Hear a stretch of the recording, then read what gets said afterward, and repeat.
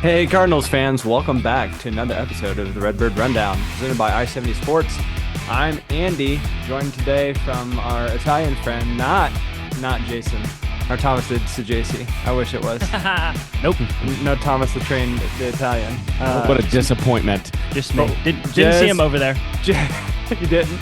I was I was ask you that. We have Jonathan and Matt joining me today, and just take a second and really do us a favor. Share us on Spotify or Apple links with your friends. That really helps out a ton. That can be found on Facebook, Blue Sky, Twitter, or you can watch us on YouTube.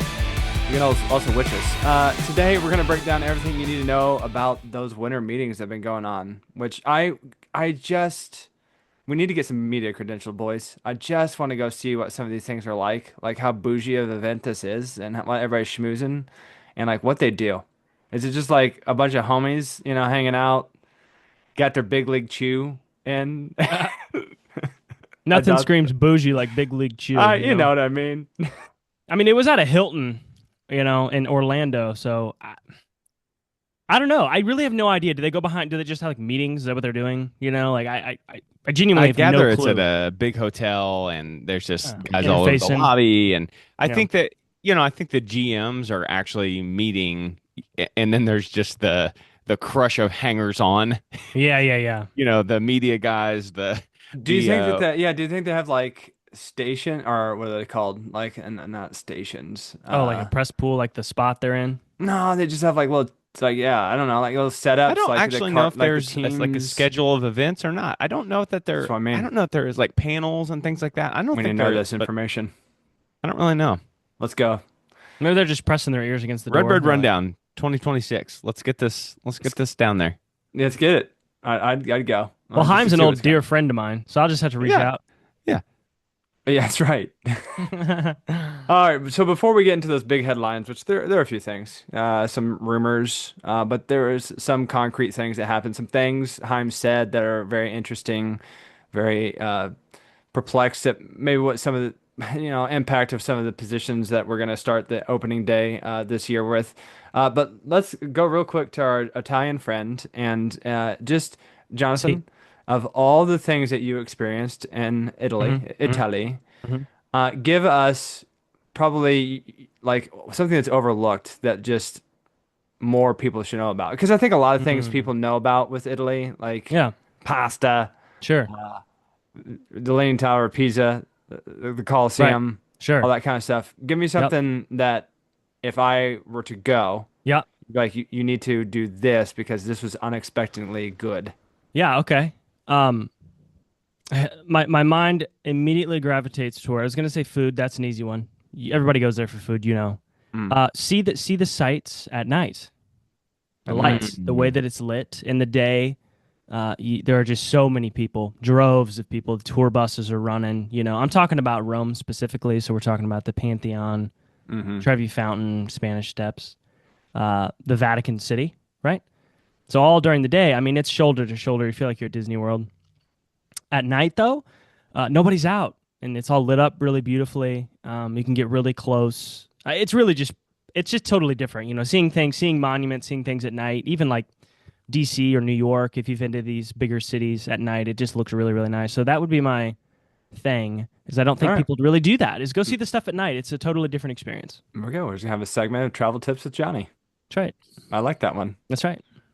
Okay. Do you, Matt, have we're going to go into vibe checks here Okay. and it can be off season. It could be Cardinals related. It could not. Mine's not going to be. Matt, do you have a vibe check of how you're If feeling you this guys week? will allow me a couple extra words, I am ready for my vibe check to be the most wonderful time of the year.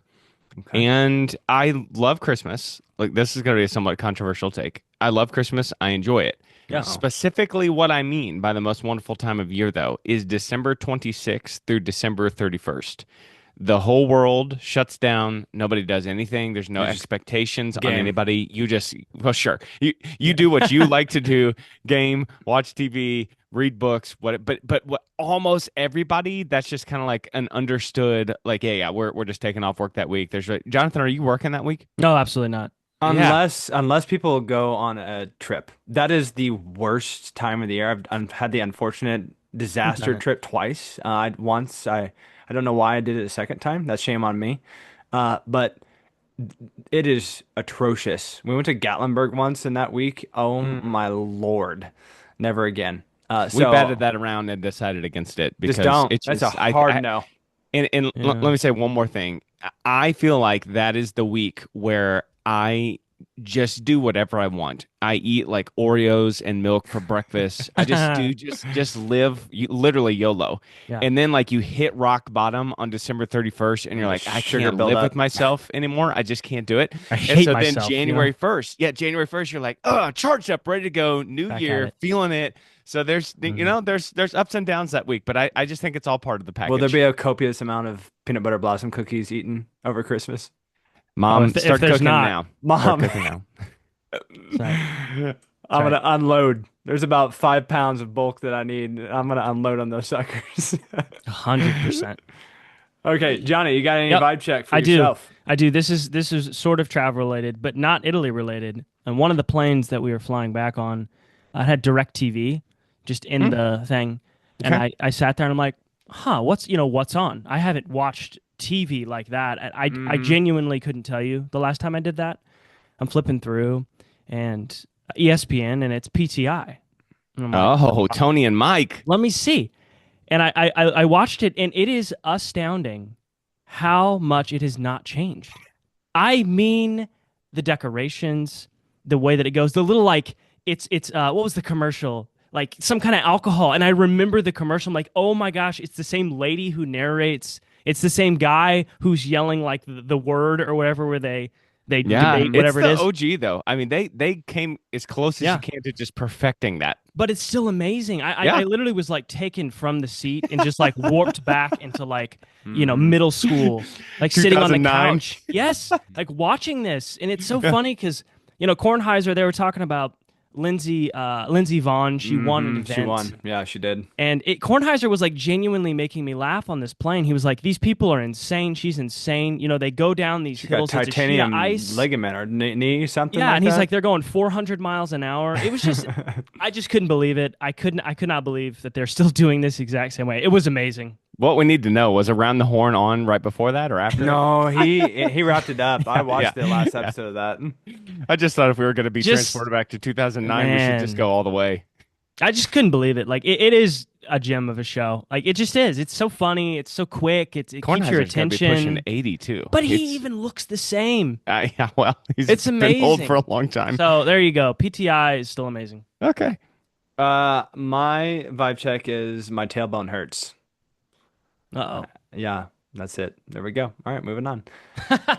No, That's it. that's it. I mean, that's all you need to know. It kind of it's been lingering for a while, and the older we get, they sit longer, and it The, makes the listener will you just draw your own conclusion.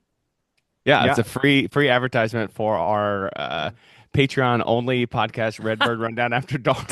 You can find out why Andy's tailbone hurts. Why working is the out. tailpipe hurting? Working out. That's what's happening. $5 a month. I tell you what, that first month we just Yeah. need one episode. That's all you're And gonna 10 will show you. Tony Kornheiser is 77 years old, by the way. All right, thank you, Google. do. Put him in the Wow. White House. Yeah, that's right. This is post-recording of this podcast. We have breaking news as we're wrapping up recording the podcast, and we didn't catch it. But the Cardinals agree to a new deal with right-handed pitcher Dustin May, who is a former Dodgers, and hold on to your hats for this organization, Boston Red Sox player. What? Yeah. So walk me through some of this, guys, that you were telling me about him. I know nothing about Dustin May, but you guys seem like you know like a little bit that he was hurt, something like that. Yeah, he's hurt. Awesome red hair. Matt, tell us. Well, so he really burst onto the Dodgers scene with the Dodgers in the COVID season at 22 years old and posted crazy numbers, like really, really great numbers during that COVID season. And then since then, I'm just looking through his baseball reference page right now. It's injuries every single year. So we will see. He pitched a lot more last year, kind of coming back and getting healthy. He's had a normal offseason. Everything is good. So obviously we'll have a deeper dive on him next week. But just instant, right away thoughts. This team, I do not expect this team to be good in 2026. I think this is exactly the kind of stuff that we should be doing as the Cardinals, because look what happens. If he's great for us, we could agree to a longer term deal with him, or we could flip him at the deadline for some free prospects. And I think that's awesome too. So I love it. I see virtually no downside with this. I have no idea what the money is at this point, but for 1 year and our payroll is going to shoot way down. It's DeWitt's money. I don't care anyway. So I see this as pure upside. Jonathan, any Yeah, downsides nope. from? No, fills a gaping hole in a rotation of just a known guy who maybe can throw innings. I know we're talking about injury history. We need somebody to throw innings, but why not give a guy the sandbox to come back and to get healthy? Because if he is, let me throw you just some quick stuff plus numbers each year in his major leagues. Oh, Listen to this top one. In 2021, this is after he burst onto the scene. For an entire year, his stuff plus was 133. 133. 33% better than league average. That's absolutely insane. Now, it goes down from there. sure. But injuries and that cannot be stated enough and how he's been injured every single year. So I love it. I can't wait to do a little more research on him to see why it kind of fell apart. But we need to do stuff like this. I don't even care what the numbers are, Matt. You said at the end, I don't care what the salary is. It does not matter. Win-win for us. If he's not good, okay, well, we didn't. It's not like he was blocking anyone. And if he's great, we just stumbled into an awesome dude for nothing. Gives you time to let Quinn Matthews continue to with his location issues in Memphis. Andy, have you stumbled onto his picture yet? I did, Oh and I yeah. stumbled across the fact that his wife saved him. He was Oh. choking. He bit some lettuce, and he was What? choking. Yeah, they rushed him. They had that evening. They had to rush him to the ER where he had emergency surgery to repair a tear in his esophagus. Oh my gosh. Wow. Yeah, You know, so I'm over here looking at stuff plus. Hashtag bigger than baseball. Yeah. Andy's got yeah, Andy's well, got the real deets. 2024. So what my take was that is that there was a Dodgers pitcher that was hurt. No, Does Yeah. it concern you that the Dodgers let him go? no, because no, they're like the black hole of Okay. like pitchers. They hurt everybody. I don't know what's happening on the West Coast, but they hurt every pitcher. When your They- rotation is Yamamoto, Otani, Glasnow, They don't need him, Snell, yeah. You just don't need Dustin May. So he And was he is not a good starter, at all right? for the Red Sox starter. Yes. So May will be the gray, right? Probably a huge downgrade for us, but could be in the same ballpark as Sonny if he has a good healthy year. Could be in the same really talented guy. So this is a very interesting move. Let me just say this too before we go. An anti-Mozielak move. We never did stuff like this. Plays for talent, high upside kind of guys, and I love this kind of stuff. Chaim, just keep blooming, buddy. Last point for me. The red hair, the red beard with the Friday City Connect red jerseys is just gonna be red. Just straight up and down. He needs to wear red pants and just call it a day. So apparently his former teammate Noah Syndergaard called him Gingergaard. So Well, I'm good with that. we're adopting that right now on the Redbird Rundown podcast. We will Right. have a deep Gingergaard. dive on Gingergaard next week for sure. All right. And now for the rest of the episode.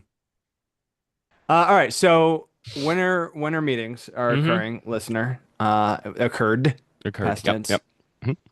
And as we discussed, we want to know what those GMs/owners, right? Owners are down there as well. I think some of them, not all of them, Yeah. but probably some. Just, is it just people kicking it back at the bar? Just like, you think they're just like fantasy drafting? Like, I want to be a fly on the wall in there. Be Yeah. like, did they just talk about like, hey, how about whoever? Just name a player. Do you think I that's think how they just that kick it starts? off. I think they just kick it off. They start, who's available, what are your needs? Everybody's in the same room. If you've ever had to like travel for a job, different conversations happen when you see people face to face as opposed to shooting them a text or an I email. like to or think that something, Chaim is locked in though. He's Yeah. not messing around. He's Yeah. he's not just kicking it. He's got his spreadsheets. No. He's got his whiteboards. He's ready. He's rocking Yeah. and roll. So Yeah. let's give the listener, if they're out of that pulse of that arena, out of the loop. We heard a few things from a few different players that never materialized yet, and we're going to discuss about, do we feel like there needs to be like a deadline to help move things along. But let's go through a few things that we did hear, some of the rumors that we heard. Matt, why don't you go with the what we heard involving the Yankees, maybe? You clue me in. I'm not sure. With the fact that they're looking at Donnie. Oh well, I mean half the league or I more is mean, looking at Donnie. yeah, So there's Yeah. like 20 teams that have called about him. yeah, I think that was the thing of anything from my expectations in the winter meetings was that Donnie would be moved because there's so much interest. There's the Mariners, there's the Royals, there's the Yankees, there's just copious amounts of interest in this guy, the versatility, all the things, and that didn't happen. And I kind of battled back and forth those 3 days of the winter meetings, thinking like, is this disappointing? Like, am I frustrated by this? And then I took a step back and I thought, okay, well, Ketel Marte is on the market as well. Brandon Lowe. There's some other second basemen. So I just think like there are just I think at this point in the winter, teams have a bunch of pots and a bunch of different fires, and they're just kind of waiting and seeing what's going on. So I'm willing to give Heim the benefit of the doubt. I really thought that we might get a Donnie trade. I thought we might get a Newt trade. I thought Romero might go. And now there's noise on Contreras with the Red Sox. So I thought that this would be a little more action. It turned out to be all talk, and maybe there are standing offers. Those are the things Right. we can't really know is what is truly happening behind the scenes. So I will say those 3 days, I was constantly checking and scrolling Twitter, trying to figure out what was going on. I was a little disappointed there was nothing, but I will continue to trust the Heim Bloom process for I now. would imagine it's kind of like a Jenga tower. Like one chip is Yeah. going to fall into place, and then like Yeah. 18 things are going to happen. Kind of like when Pete Alonso went to the Orioles, and the Mets started making moves in order to like everyone's the uncertainty. Maybe someone has an option A, and they're all waiting for option A to make a choice, and then boom, there's Yeah. two or three secondary, tertiary moves that they're going to make in case option A falls through. That's how Yeah. I take those things. Yeah. Because also Willie is linked to maybe the Mets trying to help replace the Pete Alonso exit, which makes sense to me if I'm in the Mets organization. So what we actually, the only concrete thing that happened, other than lots of talking and lots of rumors and lots of people asking, for Donnie, for a couple of really good prospects from the Yankees is rumored to be one of the options. But we did pick honestly, they need to pick better names for things in MLB.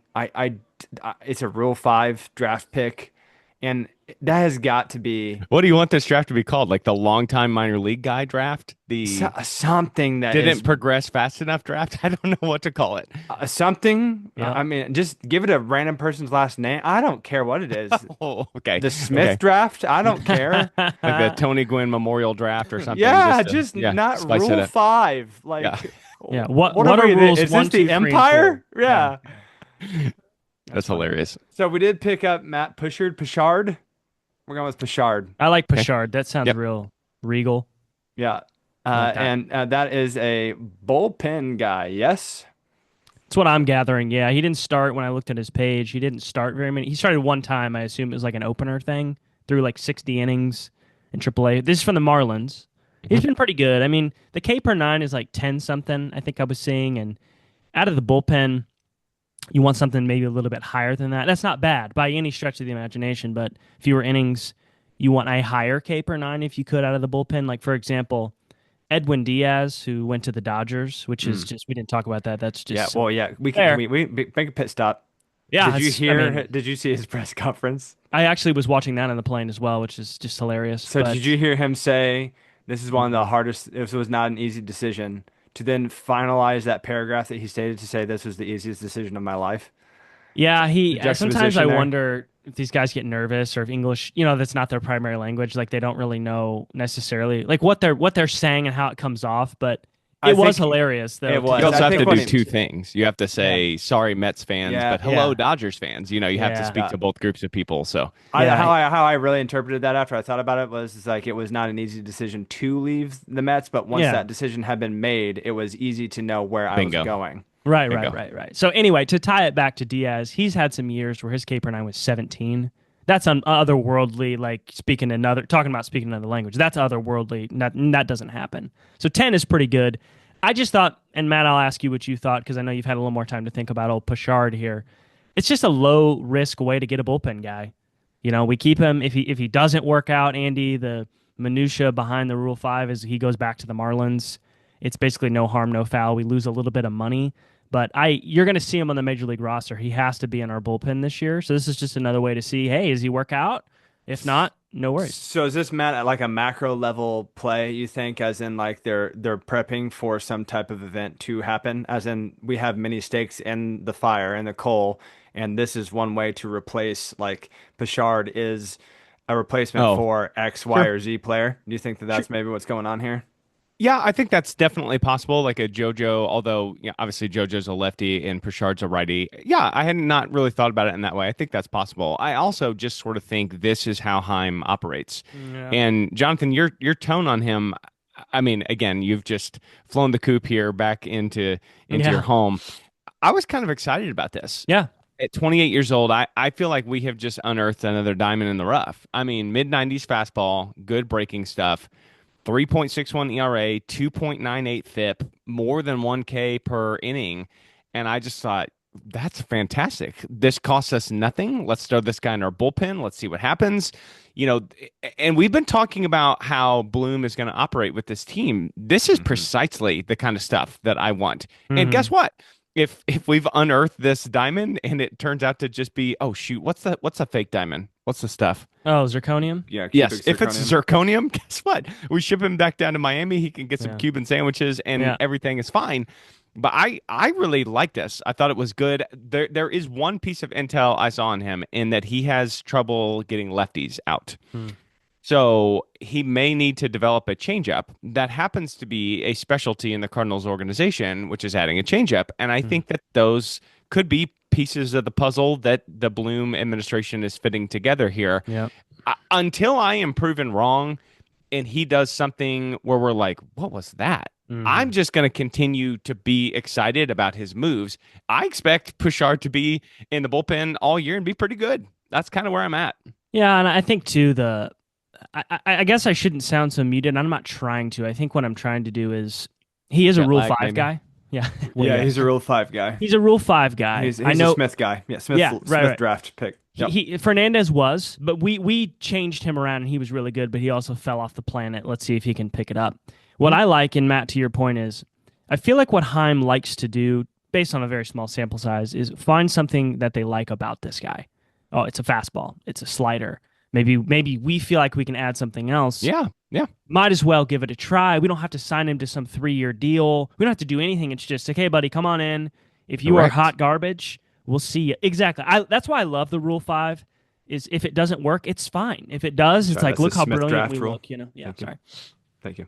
So I I'm with was you, man. I'm with you. I was also relieved to see that we could do something besides from the Red Sox farm system and the Guardians farm system, that it's not always going to be that. We've got a lot of front office guys right now with ties to those two organizations. Yeah. And to the extent that that helps us, I think that's great. But it's like, I don't know, it's like your buddy that goes to the same two restaurants and gets the same two things all the time. It's just Yeah. nice to know that we've got another play, especially if this Right. works, would be good.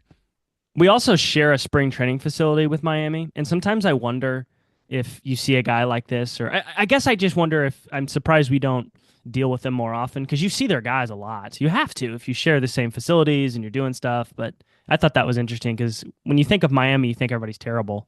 Can we chase a Yeah. rabbit real quick? Sure. Okay, so Jonathan, you just said you Uh-huh. see those guys a lot, Yeah. right? Pick them up. Do you guys know the YouTuber Jesser, NBA guy, basketball content creator? I don't. I do not. Okay, he yesterday he posted a video with Luca, to which they dress people in like all black basically, and Uh-huh. like put ski masks on them and goggles, and one of them is an NBA player or former NBA player, and the other five are not, and they have to Oh. ask them questions, have them do basic things. That's the premise, and Luca is there to help them try to figure out Determine. who is. And something incredible that my wife and I were watching this was she was kind of half listening, but then she was amazed at one point when they had them just shoot a jump shot, and immediately, No, he's Luka, going to know. immediately, Yeah. Luca knew, Damn. and that's what do you think you or any of us could do? I mean, I'm not talking about just a jump shot. Like, could you pick out? I would probably be able to pick out a few distinct pitching motions or batting stances. But like, I don't know if I could pick out like a jump shot or how some like even his movement. Luca was like, I know him. And they like in the middle of the Mm. thing redacted his name because Luca called it out like 15 minutes into the video, and the video was like 30 minutes. He's like, that's Danny Green. And sure enough, it Oh, was Danny Green. And I was like, golly. Do you think well, that that's how those guys are, that they see each other that much that like they could pick out, like, do you think an MLB pitcher could pick out like Yes. lots of weird thing, like they're watching so much film of people that they're like, yeah, I know who this is. yes, Absolutely. I I think think so if too. you the teachers that I work with, I think if you gave me a printout of a sentence or like a paragraph that they said while teaching, I think I could pick out every Mm, single one of the people that I work with. I just think this is what they Wow. do. Now, granted that what you're talking about suggesting is a much larger pool of people, but I think this is what they eat and breathe and Mhm. sleep. They're doing this like 8 hours a day, not just on the field. They're doing other stuff off the court too. So all right, boys, Yeah, do not lie for claiming that internet. We're gonna claim that content. We're gonna yeah, do that one day. We're gonna have MLB pitchers come on and see if they can figure out who the MLB player is. All right, thank you, okay. Jester. All it right. is. Thanks, buddy. Okay. Yep. All right. So, are we at all thinking that because of the lack of moves, Matt's frantic refreshing of Twitter or X, do we feel like the MLB could benefit on a bigger level of a deadline for whatever free agency, off-season trades, that kind of thing, just to move things along instead of being like snail's pace and then like one thing happens. I mean, that kind of happens in the NFL and the NBA, like around the deadline. But do we think that the MLB, or do we like this more like Mm. schmoozing at the winter meetings and just kind of, you know, it Yeah, kind of hangs out there in the balance and there's Mm. drama and the rumors. Jonathan, what do you think? yeah. I looked up, and Matt, or you guys correct me if I'm wrong. The NFL, the NBA, I didn't see has like a you must sign these people by this period. It's just free agency opens. A lot of times in the NBA, it happens pretty quickly. It feels like, first couple days, the tampering, right? They've talked to these guys 3 months earlier. I didn't see anything in NFL. Before I continue, Matt, is that what you saw? Is there any There's a free agency period in the NFL too, an opening to the free right? Like agency. it opens, but there's no like you There's have to no sign guy. close. Okay, No, because you that's could what have I'm a getting guy, you could have your Yeah, Phil get May hurt in the runs. middle at. of Okay, the season. Right. so back to my point here. Signed Philip Rivers, who's 44 years old. Yeah, it's crazy. I think that the winter meetings, it's annoying that there isn't much progress, but this is kind of like sort of the beginning of the off season, or maybe like a third of the way through, or just I don't know. Like it's not like towards the end. Spring training is the end, so we're still 2.5 months, a month and a half away from that. I think that if it goes into spring training, there needs to be penalties. That's happened before. I don't even think Bregman signed until spring training last year or something crazy like that. That's too far. When the season starts, when spring training happens, you got to quit this. Like So I they're know like I know considered it's holdouts or annoying. something like that. Yeah, that's happened where it just doesn't. No one, their spring training starts later. It's just annoying. I think anything in spring training, it's got to stop for free agency. That's just where I'm at. I don't know how you would. I don't know how it would benefit the players if you said you have to sign them by, or really benefit anyone. You got to sign them by the end of the winter meetings. Like, does that help this other than just for our entertainment? I Matt, what do mean, you my think? answer is YES and not the network that carries the Yankees games. I think they absolutely should The do this. Yankees dues.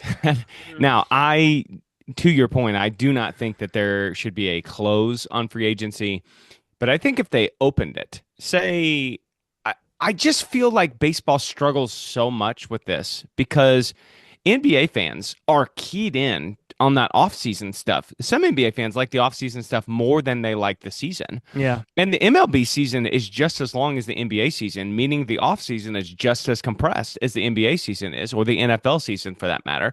So I absolutely think there should be like an artificial deadline for when you can start to sign guys, yeah. because everywhere that I've ever seen in the history of anything, any kind of deadline that you set creates intensity and creates pressure and creates movement. And I think this is what the MLB needs to do because they will have huge player movement sometimes in the offseason, and it will just get swamped because it doesn't happen until February, or there's Hmm. rumors for weeks about it. And I think, once again, the MLB needs to wake up and understand if you're going to attract a younger fan base, you're going to have to play to that younger fan base. I think this is another opportunity for them. Like they are missing a huge amount of interest and fan engagement on this stuff because they're just letting the market be the market that's probably, economically Uh-huh. speaking, that's probably the smarter thing to do. But I think the better fan thing would be to get the engagement going, right? There's more excitement with it, right? I Yeah, mean, you said it already, the deadline. What's exciting in the Major League Baseball is the trade deadline. exactly. All these deals happened 3 minutes before.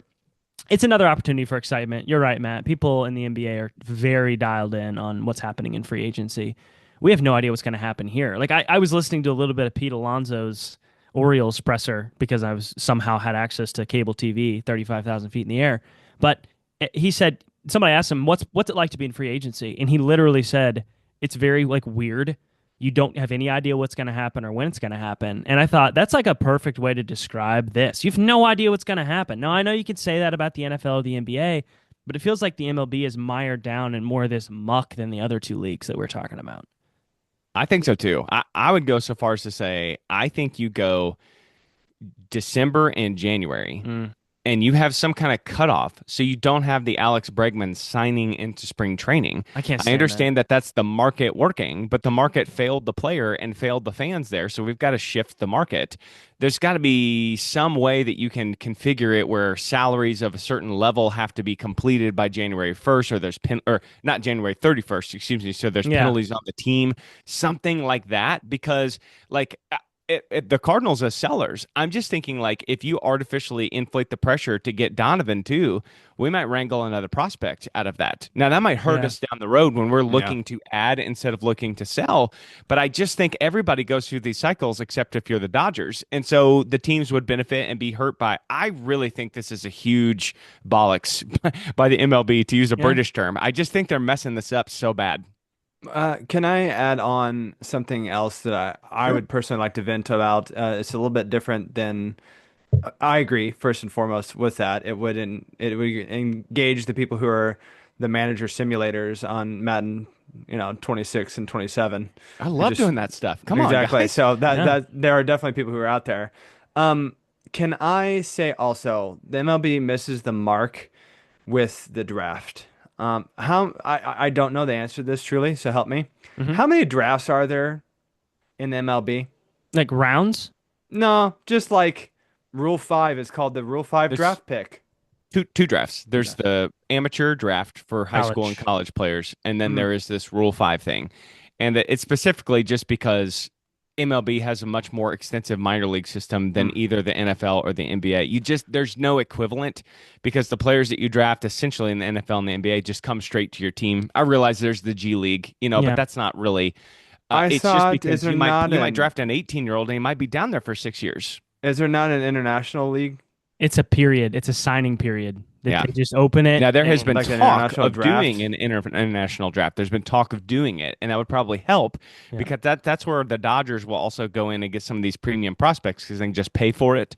Yeah. So that might be better, but there is no draft for international talent right now. Yeah, okay. So maybe I'm convoluting the two. I would personally like the NFL, and maybe that's an interesting thought because MLB is definitely different with like the 18 levels of minor leagues that there Yeah. seem to be versus like you draft I don't know, Shadur Sanders and like he gets a start halfway through the season and then he's like, okay, no, he's our starting quarterback for the Yeah. rest of the season.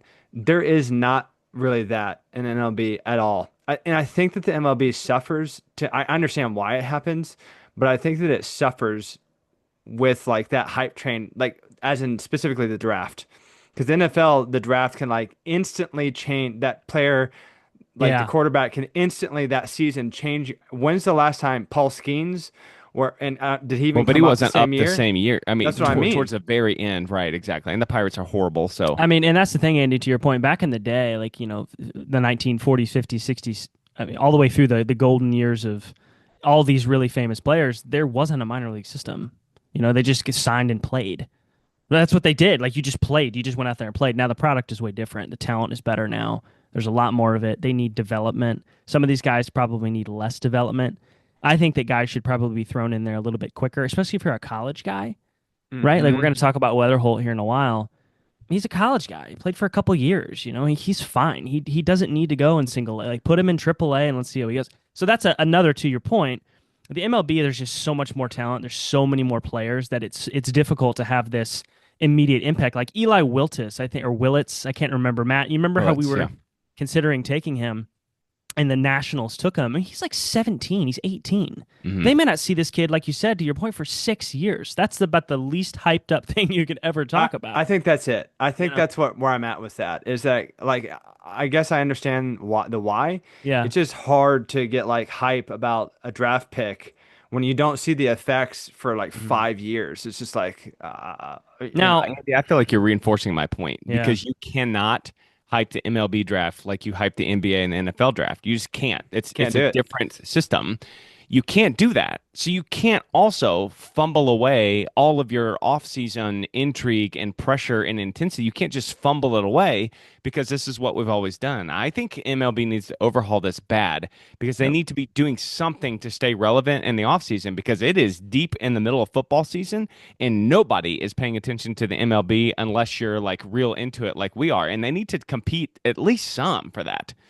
Can I suggest another thing I've been kicking around for a while, and is that they need to redo free agency in general. This is not like a brand new original thought, but the fact that it's surprising once in a generation that Juan Soto would enter free agency at age 25 is ridiculous, I think. We need to have guys that are younger enter into free agency so that there is some kind of urgency to sign these guys. So less team control on younger guys? Yes. Get Mason Wynn into free agency sooner.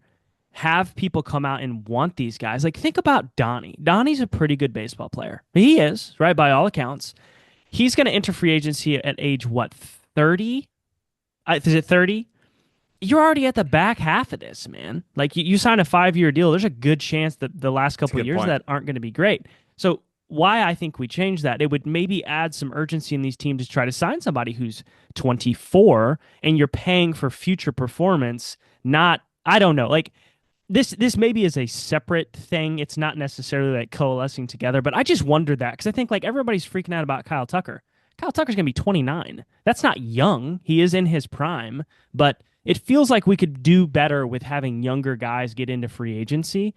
And maybe force these teams to sign more people. I don't know. What do you guys think about that? I like your idea from the player side. I like younger players getting paid what they're worth. However, I hate your idea from the Cardinals side because I think you're just forcing Mason Wynn to the Dodgers sooner because our budget is not going to allow us to pay for the premium talent younger. The only way we can compete right now is to keep that premium. This is horrible system, but to keep that premium young talent suppressed in their actual value. But isn't that part of why it's boring though? Like in the NBA, like Jason Tatum's big contract came up when he was 24. He signed a rookie deal and then he's back into free agency because it's so quick. You know what I'm saying? You get drafted. But you don't move in the NBA either unless you force a trade. 100%. But I guess, I don't know. I just think that the whole thing, this is not a one fixed thing. Like if you enact what I just said, you would have to do something to block the hedge fund. It would add another stuff. layer, though. It would add more movement, and I don't see more movement as bad from a fan perspective. And it just depends exactly because it's like who's hyped up for Framber Valdez? Like that's one of the key free agents, and that's no disrespect to Framber Valdez. He's a good pitcher. He's 32. Like I don't know if there was some more, and maybe this is just the class. Okay, like last year was Juan Soto. That was Bryce Harper made it to free agency pretty early because he was really good. But then these teams play this control game where if you don't make it to the major leagues till you're 23, well, you got how many years until you yada, yada, yada. You could go on and on and on. The rookie contracts are too long.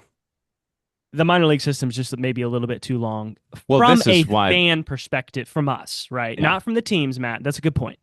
This is why the only viable long-term performance-based achievement model for a franchise is to be draft and develop because otherwise you end up with Nolan Arenado and you get a couple good years and then it falls off a cliff. Whoever signs Framber Valdez will probably get a couple good years out of Valdez and then they'll be paying 3 bad years on the back end of the deal. That's that's for the huge market teams. Now, Jonathan, you've said some stuff on this podcast I like a lot about forcing some of these lower payroll teams to up their payroll. I like what you're saying there for sure. But yeah, this would be a big shakeup. I don't know. Well, and then just to piggyback off this conversation and back into the draft of the Cardinals news of us falling from 8th to 13th, my knee jerk reaction is that it is more about like how many times do people flop and mess up.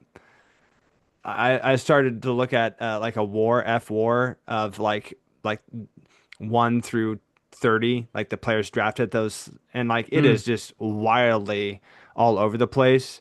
And so I'm not super worried from going from 8 to 13. I wouldn't even be super hype if we went one, because like sometimes those Oh, guys I who would have, but well, but like those people who like we're gonna select that, whoever's supposed to go that shortstop, yeah, Yeah. like what if he's a big flop? Greg Oden. sure. No, I'm just kidding. Sorry, Greg I mean, Oden. you know what I mean? Like it's just Yeah. the draft is so volatile, like of where you find value. It's kind of like it feels like a little bit of luck on top of yes, skill. I know that like you're seeing something in some guys. So that's my take that the 8 to 13 is honestly not that big of a deal. Do you guys have a differing opinion of that I of think the it draft? sucks, and here's why I like it. First of all, I think our draft lottery has kind of luck has evened out because we jumped up to get Liam Doyle several spots higher than we should have been.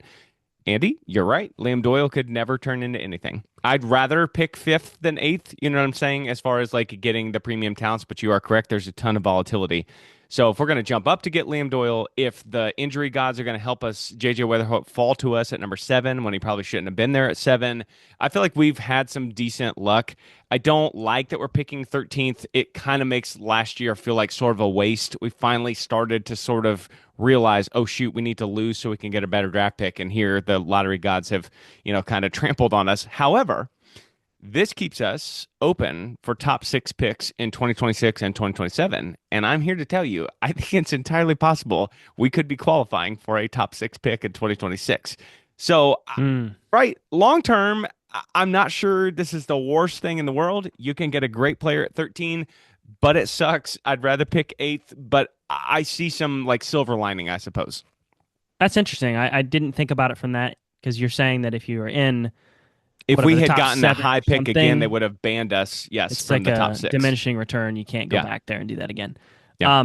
Yeah, I largely agree with you guys. Andy, I just wrote down on my notes crapshoot. That's what the draft Mm. is. Unless there is a true one of one pick. Like if this was Paul Skeens and we got the second pick, I'd be devastated. The second pick is as good as the 50th pick if it's a Paul Skeens draft. You know what I'm saying? Yeah. We have had really good luck picking in like the 8th round, 7th round. We've gotten Donovan. We've gotten Newt Bar. We've gotten, I mean, I don't want to say this, but like Albert Pujols was like the 13,000th pick. Sure. It really doesn't necessarily matter. I think this is kind of you want to have a better chance of drafting higher, but I think there's also a disconnect between front offices and fans and how they evaluate all this talent, and that we think the chalk makes sense. Take this guy, and they could take somebody we've never even heard of because they like something. So I try not to think about the draft too much because of this very reason. It's not like the NFL draft. That is, if your record is bad, that's where you're going to pick. It's kind of nice. You know what I'm saying? There's some certainty. Yeah. This is rough because when we jumped up to 5, I was like, oh my gosh, we weren't even that horrible in 2024. And we got the 5th pick, it's like, that's great. Now, this is just the adverse to that. So, Matt, I like your approach there. It's okay. We'll find somebody at 13, whatever it is. It's still not, in the 20s or 30s, right? That's not bad.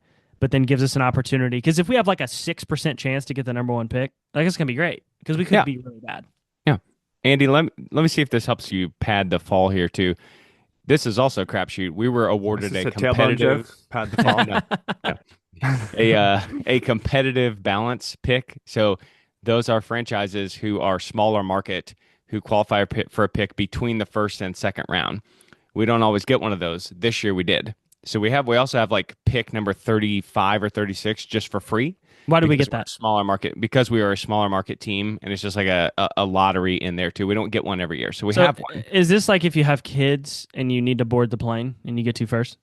Kind of, yeah. Family seating, baby. We got some family seating here. So we have something like 4 picks of the top 100 picks. So there's an opportunity here. There is. All right, let's transition real quick. The last thing that we want to talk about today is the comments, is the Chaim Herrera situation. Matt, can you walk us through, give the listener kind of set us up what we're going to talk about here and why we're going to talk about it? Sure. Yeah. I don't know exactly what the context was, but I saw this again on Twitter/X in my scrolling days. And Bloom said, when you look at Herrera's career, this is a direct quote. I'm not sure he was ever set up for success as a catcher.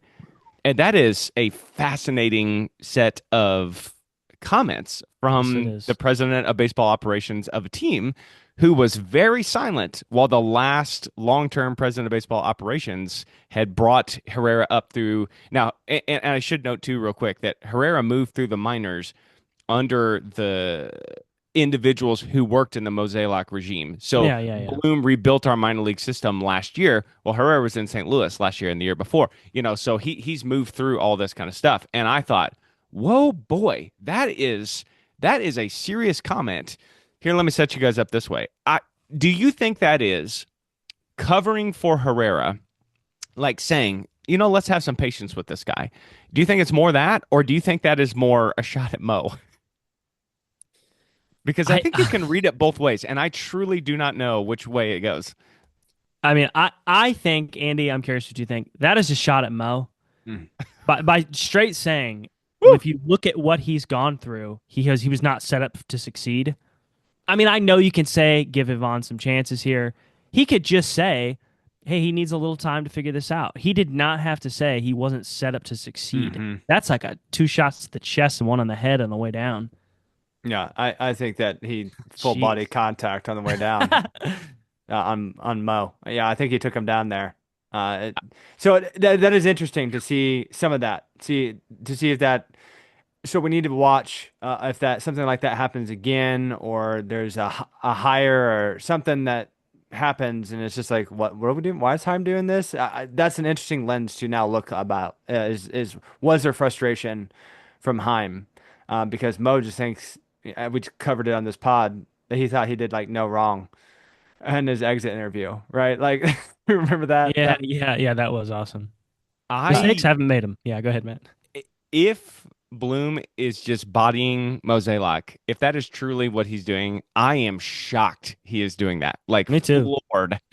But I will say, to add to what you're saying, Andy, to add some ammo, Bloom has been using the word urgency when for a decade Mo's byword was patience. Yep. And so I just, wow. I mean, this is making me like Chaim Bloom so much more than I did already. Like, his farts are really smelling like roses to me right now. We'll see.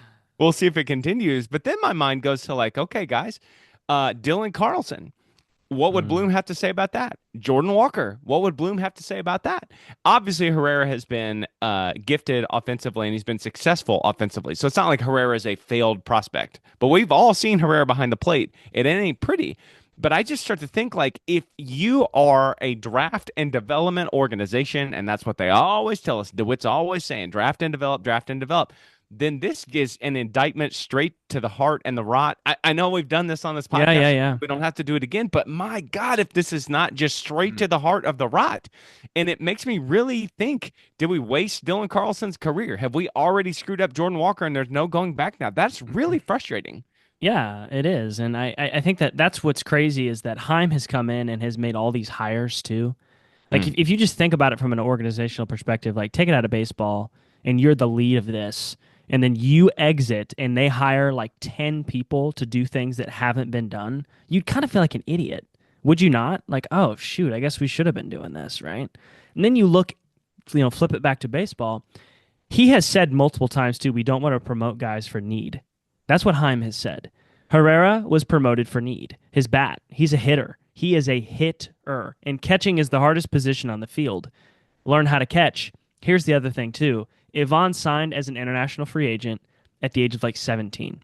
He didn't go to college baseball. He had to learn everything about catching through the very bankrupted Cardinals organization, right? That's what he did. Did we ever put him behind the plate? That's what then? I'm saying. I don't understand. So, like, I see here, and I see in our notes here, like, could this have an effect on JJ? I think no, because he's already ready. He went to West Virginia. He won a batting title in college. He plays a premium defensive position. They're not going to mess him up at second base. He plays shortstop. And don't monkey with his swing. The guy can hit. Clearly, he's done it. I think it's the younger guys that have been affected. Look at Jordan Walker. He was a high school signee. He has now been affected. Now that's not like a 1-to-1 because Mason Wen was a high school guy. Dylan Carlson, I can't recall if he was a high school guy. It just makes me think if you were a younger talent that signed into the organization and you depended upon the Cardinals minor league facilitators and teachers to help you, we didn't freaking have them. So it makes sense to me that Ivan has struggled with this because we didn't have any guys to help. So Matt, you're saying this is like the PR way of like Chaim. This is like the PG rated of like what's actually happening behind the scenes of like he walks in. That's interesting. Yeah. To like he's walking into this going, what are they doing? Yes, and he's I think frustrated, so. and this is just like his like this is the way he has to say it. That's an interesting thing. That I love it. Keep saying it. Keep Yeah. saying it. I feel like the Mozielak Cardinals were like Walmart, always low prices.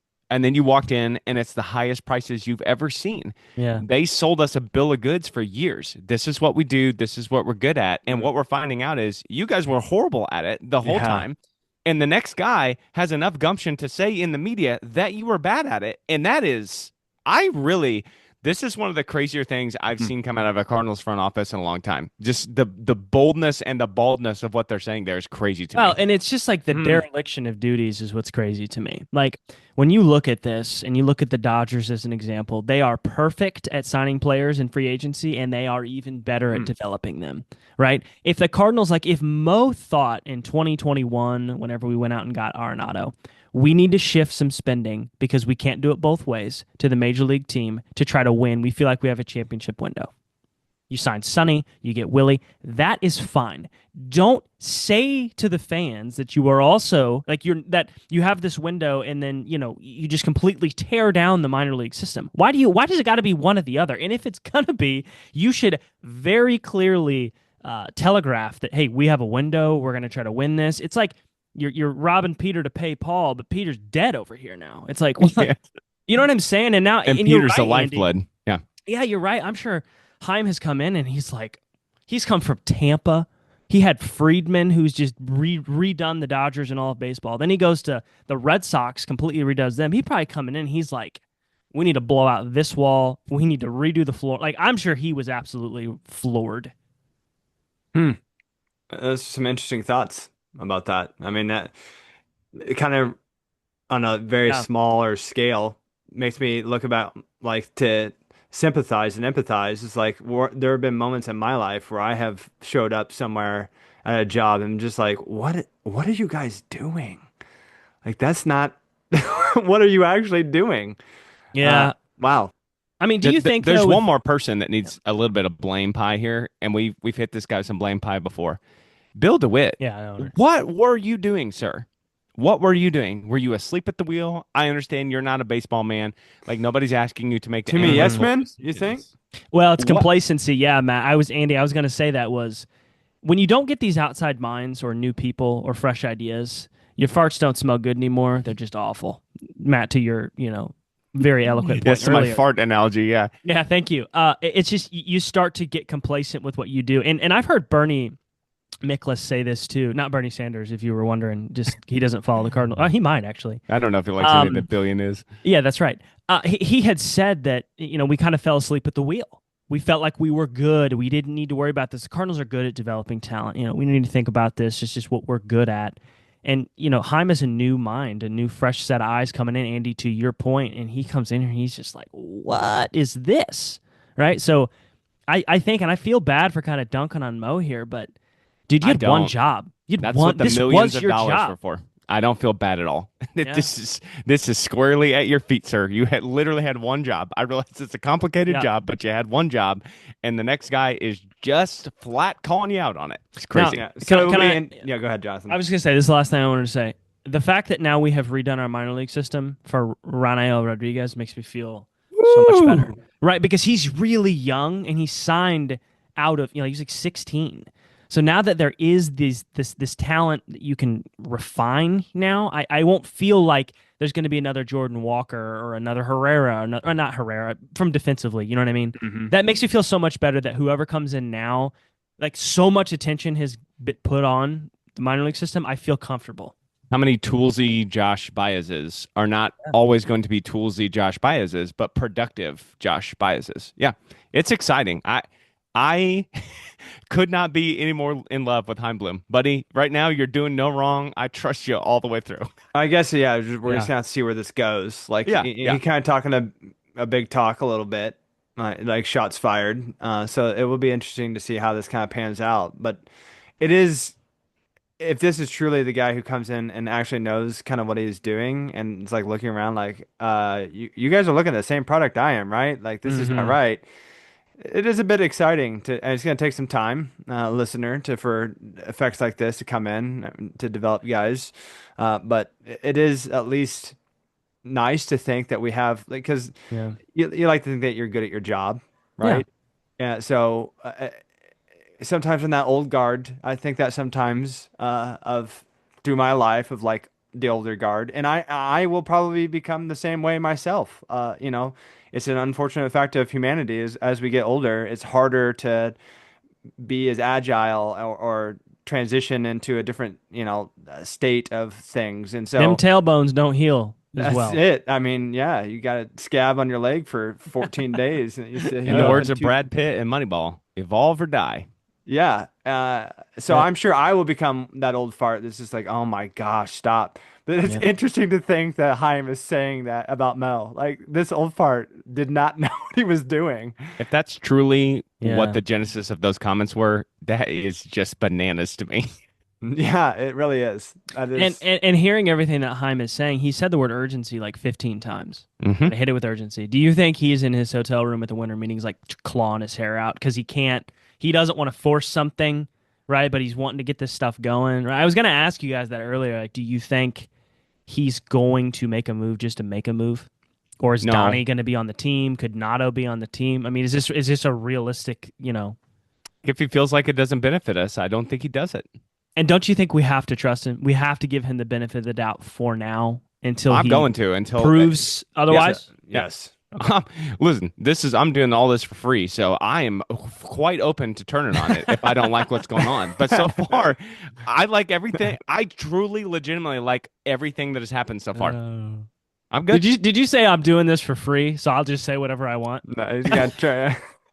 I mean, I have no loyalty to Chaim Bloom. Right now, I've got a tramp stamp of him on my back. But I tell you what, they make laser tattoo removal now, so I'll get it right off of there. Yep. Oh, that's funny. Well, everybody, full circle to the tailbone. I was gonna say, I mean, we went tailbone to tailbone.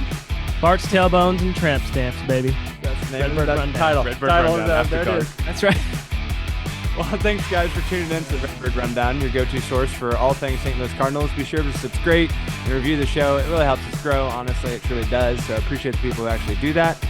Follow us on Twitter, Blue Sky, Facebook, and on YouTube for those latest updates. Keep those rally caps on, and let's go, Cards.